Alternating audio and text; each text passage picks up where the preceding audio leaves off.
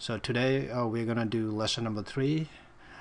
In the first 2 lessons we covered examples for the first 20 alphabets, and then with the examples. So today we'll do the remaining 10. So this one from lesson number 1 and lesson number 2, you guys should be able to read what this means. So give it a try, and I'm gonna read it right after, so you can pause it, give it a try to see if you can read it. Okay, so I'm gonna read it now. So this is sa lapta lanaro lop pa lop tsana ten lop ten ko sa shabju summa sumba lop ten sumba. Lop 10 meaning lesson, sumpa meaning 3, lesson 3. And then, as in the case of the first 2 lessons, in the middle we have all the examples in headless letters, ume, and then on this side, and then on the far right and the far left, we have the exact word in headed letters in uchen. Okay, so the first example we have is sha, ma, naro, mo, shamo. And make sure when you do the when you write sha to have this wasu down here for this word, for shamo. And same thing here, sha, ma, naro, mo, shamo. Oops, actually I forgot to put the punctuation mark here, so there should be a dot right there. Ha. Okay, so that's close enough. So sha, manaro, mo, shamo. And then the second, and shamo means hat. And like probably you guys will remember in the previous lesson, lesson number 2, if you look down here, we were saying this letter should be read as sha, like when you guys say measure, je, that's how this letter should sound like. Okay, so I'm gonna switch it back to lesson number 3. So this is sha, mo, shamo. And the next example is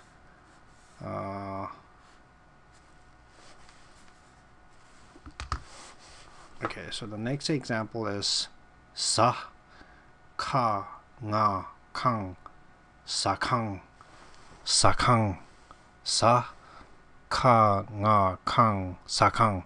And then the same thing in uchen, sa, ka, nga, kang, sakang. And then that's how it's pronounced, sakang, and then the meaning is restaurant. Okay, and then the next example is naro, o, ma, oma, naro, o, ma, oma. Actually, this naro right here should look like this, but since there isn't much room here left because of this picture, so it looks like that, but technically it should look exactly same as this one right here. Oh, there's another one down here too. That's one of the vowel, if you guys remember from the previous video. So this o, ma, oma, naro, o, ma, oma. And then same thing here in uchen, naro, o, ma, oma. Oma means milk. And then the next example is ya, ma, yama. And then in uchen, ya, ma, yama. And then how it's pronounced, ya, ma, yama. And then it means sinus. Okay, the next example is ra, ma, naro, mo, ramo. Ra, ma, naro, mo, ramo. It looks like I forgot to put a is it? Okay, so it looks like I forgot a punctuation mark here again. Okay, and I think I forgot one more down there. Oops. Okay, that's close enough.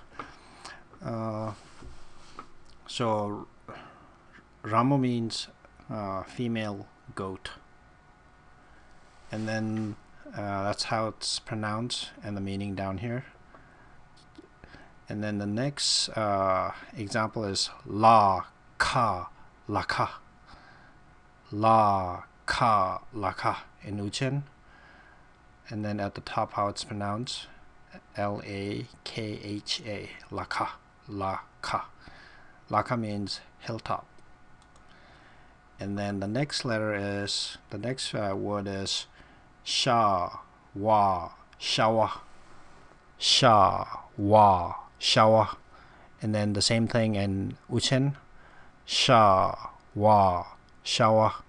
And then how it's pronounced, S-H-A, sha, W-A-wa, shawa.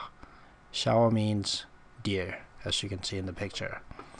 And then the next letter is, the next example is sa, cha, sacha. Sa, cha, sacha. Sacha means, and how it's pronounced, S-A-C-H-A, sacha. Sacha meaning land, a piece of land. Or sometimes you could even say a property. So, okay, then the next example is ha, la, naro, lo, halo. Ha, la, naro, lo, halo. And how it's pronounced and the meaning, it's hollyhock flower, halo meto. Metok meaning a flower, halo meaning hollyhock. And then the last example and the last letter, it's a, ma, ama. A, ma, ama. And then in Uchen, a, ma, ama. And how it's pronounced, and ama means mother. Okay, so that's the last 10 letters out of the 30 alphabets. So we did the first 10 alphabets in the first lesson. Then from alphabet number 11 to 20 we did it in lesson number 2, and then now the remaining 10, so that's in here. And like I did in the first 2 lessons, I have some pictures, hopefully a little bit better pictures that you guys I can use as an examples. So these are as you can see, sha, manaro, mo, shamo. See all the different types of hats worn by Tibetan people, depending on which part of Tibet you might be from, whether you're from the Kham area or the Amdo area, or maybe from central Tibet. So these are the type of hats. See right there, all Tibetan ladies, Tibetan amalas. And then more pictures of different types of hats being worn in Tibet. These are from the Kham area. And then this one is from the Amdo area. And then these are generally from the central Tibet, from the Lhasa area. And these are also from the Lhasa area. Like, as you can see, it's the shapes looks a little different. And then a couple of musicians from central Tibet, and these different cowboy hats, I guess. So it kind of looks like that. And so that's pretty much example about the hats. And then the next we have here is sakang. Sakang means restaurant, and Tibetan restaurant. So as you can see, it says pa naro pöta pö ka yata kya kiguki pö ki sa Kanga Kang Sakang. See right there? Sa Kanga Kang Sakang. Okay, let me make it a little bit bigger so that you guys can see a little easier. Sa Kanga Kang Sakang, exactly same as here. So this is a Tibetan restaurant in Berkeley, California, and this is located on University Avenue. So if you guys happen to drop by, make sure to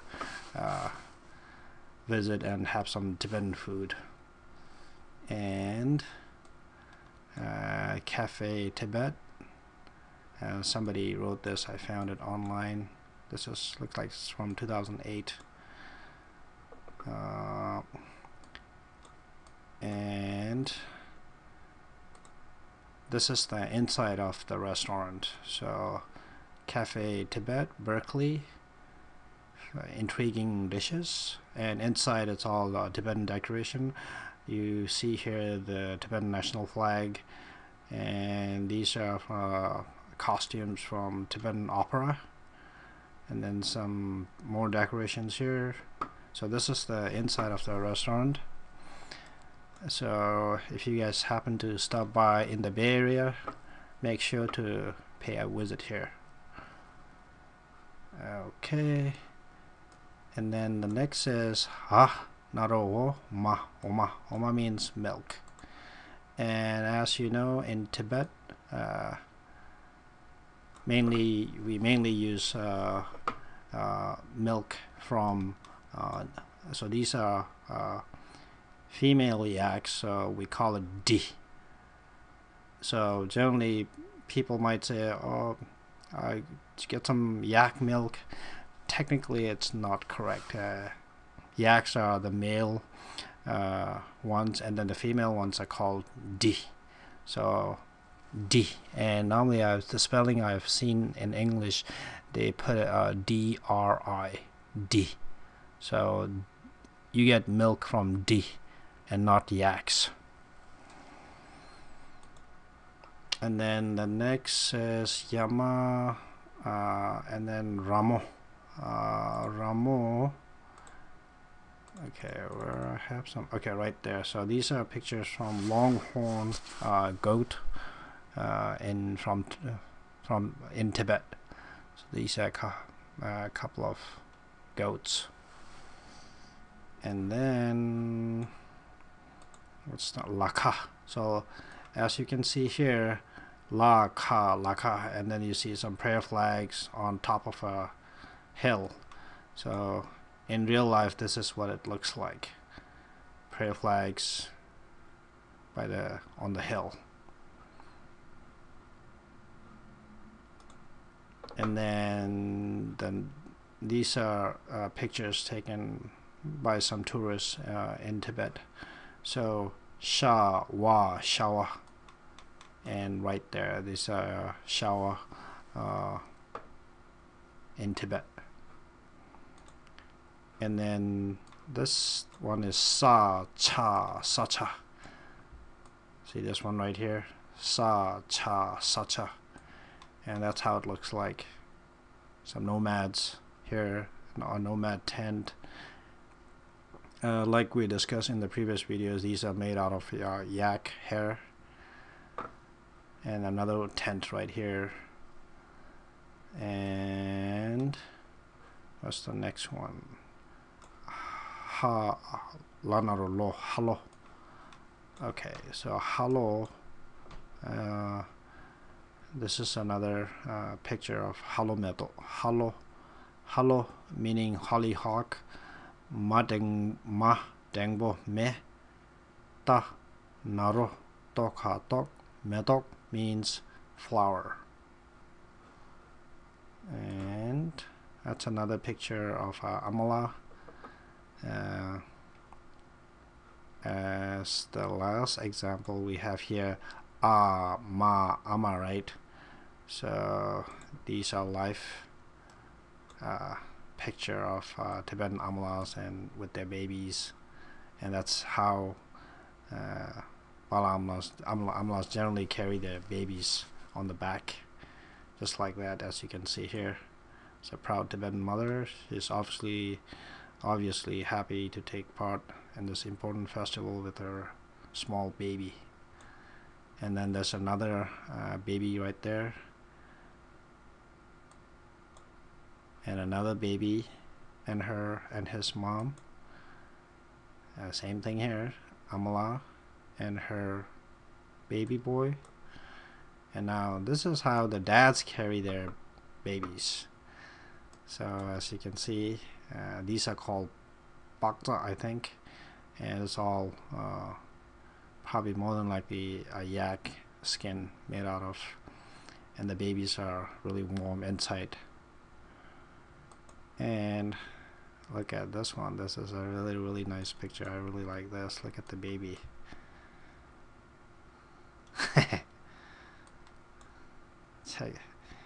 He's really look at the smile. Looks so happy. Now there's another a baby, a dad carrying in their baksas. These are either maybe a sheep wool, I guess, and these are normally called baksa. And this short title, Father and Son, was taken in Amdo region. Oh, this one I was talking maybe in some of the earlier videos. In Bhutan, they use the Tibetan alphabets. They call it Dzongkha, but it's identical actually as Tibetan. And I was telling you guys in the past that on the number plates you'll see Tibetan alphabets and how they use it. So as an example, see right here. Okay, let me make it a little bigger. And this one says Ka Lapta La Ao Ka Naro Korra Kor Lakor Lakor. I think this means rental automobile, rental car. And then this one says Kao Sha Shapchu Shung Shung Ao Kanaro Kora Kor Shungkor. Shungkor means government vehicle, rental vehicle. Korlo means vehicle or automobile or car or anything. And then the other kind that they have here is Sa Gapta Gadengbo Gera Ger Ao Kanaro Kora Kor Gerkor. Gerkor means Ger means private. So these are private cars. So it's private cars, private automobiles, Shunkor, government cars or government automobile, and then these are rental car or rental automobile, Lakor. And so that's in Bhutan. And this, check this out. So this is Bhutan National Bank, as you can see here, and that's how it's written in Uchen. So it's Gel Yong Muka Yenla Yikchang. Gyeong means national, Mukang Ngul means money, Kang means house, but basically it means bank. Mukang means bank. So National Bank Yenla Yana Yen Laka Lak. Yenla means branch, like right there, branch. Yenla means branch. And then Ya Kiku Yika Yik Cha Nga Chang Yik Chang. Yik Chang means office. And then Ma Naro Monga Mong Sa Gapta Gara Gar Mongar. That's just a name of a place. So as I was telling in the past, that's in Bhutan. That's they use Tibetan script. So that's a picture that I found online. And I think that's pretty much it for this lesson. So as I used to tell you guys in all the previous videos, just if you don't understand, probably maybe you can pause it or just play it again and again until you get it, and I'm pretty sure you guys shouldn't have any problem. And try to practice both ume and also uchen, so that by the time we finish, I don't know, third grade, you guys should be able to read pretty much anything. So this is lesson number 3 from the first grade textbook. I still have 17 more lessons for third grade. I mean for the first grade textbook. So this is lesson 3, and I still have 17 more videos to make, and I'll keep making at least once a week, if possible maybe 2, and just keep practicing, and you guys should be fine. By the time we finish maybe third grade, you guys should be able to read, hopefully be able to read and also write, and just keep practicing. Until then, if possible, help others. If not, at least restrain from harming others. Thanks a lot.